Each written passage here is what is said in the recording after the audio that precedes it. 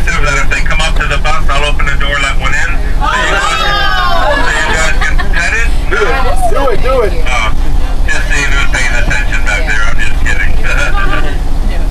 They really don't want anything to do with us. They don't like human flesh. We don't have to worry about that. The problem with a bear is if you're walking out in bear country and you know there's black bear there, like up in the Northwest or out Pennsylvania, New York, or wherever, put a little bell on your outside garment as you're walking around. They'll hear that bell ringing and they will go the other way and you won't even realize how close you came to that bear. But they really don't want anything to do with you.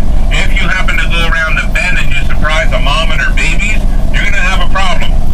If you go camping or something and you take a cooler full of food and you don't secure it, and a bear smells your food and comes into your campsite while you're on a little nature hike or something, then they're going to open up your cooler and they're going to eat everything that's in there.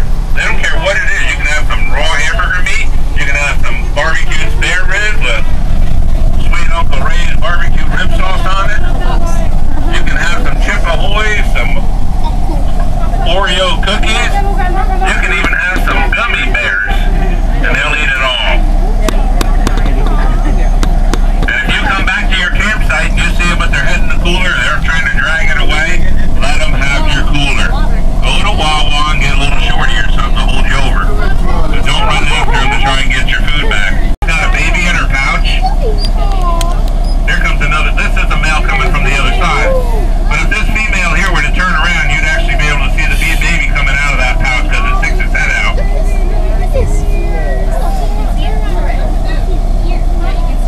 Well, I was going to say, the baby's feet are sticking out. His feet had dove in there. That's his hind feet. Dove in there head first.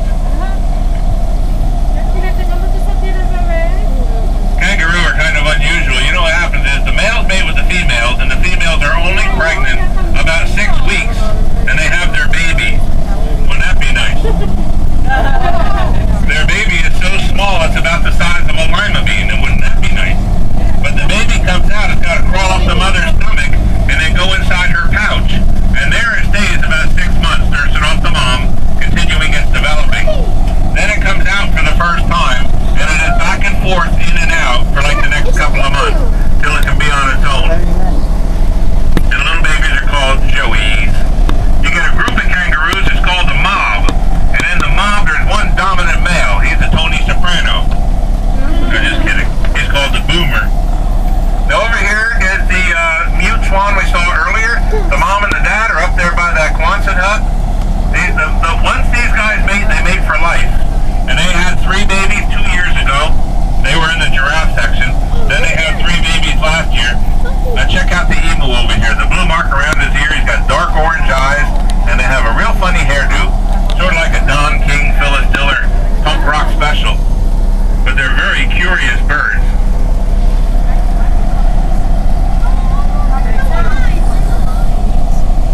But the mute swan is monogamous, meaning when the male and the female mate, they stay together for life.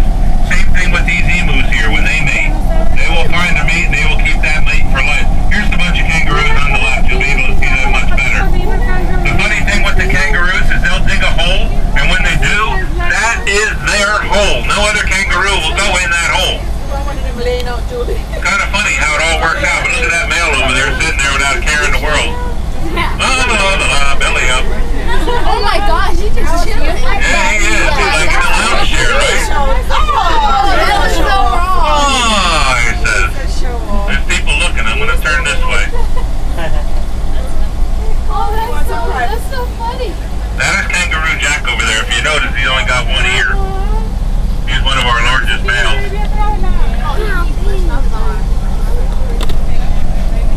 There's another mom with a baby in her pouch standing up over there. See her reaching down for the baby? This is one of the largest flying swans. We're going to see his mom and dad and his 3 siblings in a little while when we get to the Australian section. But I want you to see the ugliest bird you're ever going to see in the world. He's on the left here. His name is Freddie. He's a marabou stork. And he lives very much like a vulture. If this isn't the ugliest guy you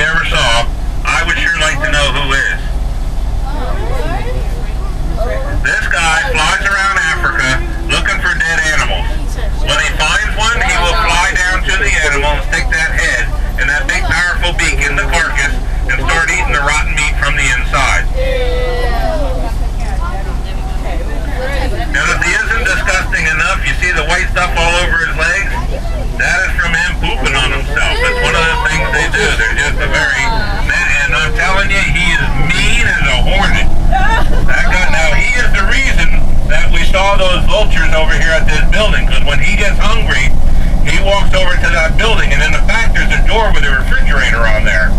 And when he gets hungry, he walks over there, and the person working in this section will go over there, go in the refrigerator, and they got a whole bunch of hamburger meat made into meatballs, and they'll throw Freddy some meatballs. You can throw him a fastball, a curveball, a high fly, a grounder, anything you throw at him, he's going to catch it, no problem. But the vultures all hang out by him, because when they feed him, they throw some to the vultures. And when they throw some to the vultures, he does not like that even a little bit.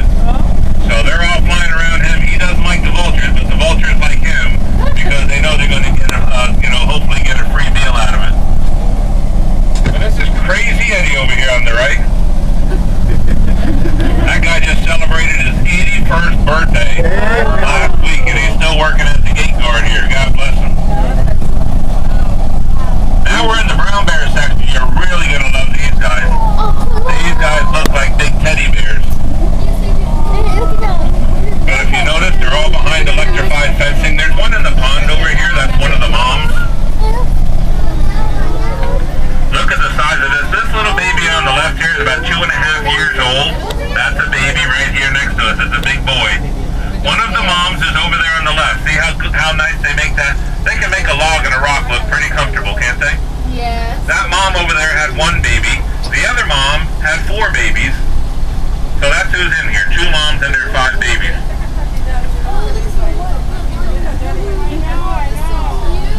Normally after a couple of years they'll take the fence down and let them in with the adults, but for some reason they're keeping all these together. But if you notice, they are all behind electrified fencing. They are not allowed out here in the road. These are big, big, powerful bears. They can walk right up to your car, stand on their hind feet, put their paw right through their window like it isn't even there, and snatch a Big Mac right out of your hand.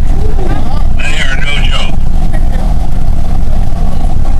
They can rip a tree apart in just a matter of minutes, getting the honey from a beehive or something. If you look at them, they'll have a big hump on their shoulder. That's a solid muscle.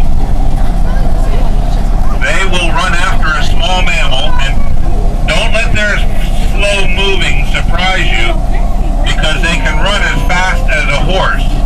Now watch this big male as he comes up here, because these other ones, as he comes up, have to give way to him. They will not make eye contact with him. They'll turn their head around and start walking away before any trouble starts. But look at the paws and the claws on these guys. But they are pretty cute, aren't they? Yeah. Anybody want to get out and give them a little bear hug? No. You'll go. No, you won't. That'll be the last bear you hug. So you can see the size of the claws on these guys. There's a blue heron in the water over here, if you can see it. It's a gray bird standing there like a statue. He is not part of our safari, but they do breed in the next section up ahead. And he stands there like a statue, and if a fish swims by, he'll stab that fish, he'll pick it up, he'll spin it around in his mouth, swallow it head first, and go after another, and another, and another. They're really nice birds to see here in the safari, but if you have a koi pond or a fish pond in your backyard and you see a blue heron back there, odds are pretty good you don't have any fish left, because he will empty your fish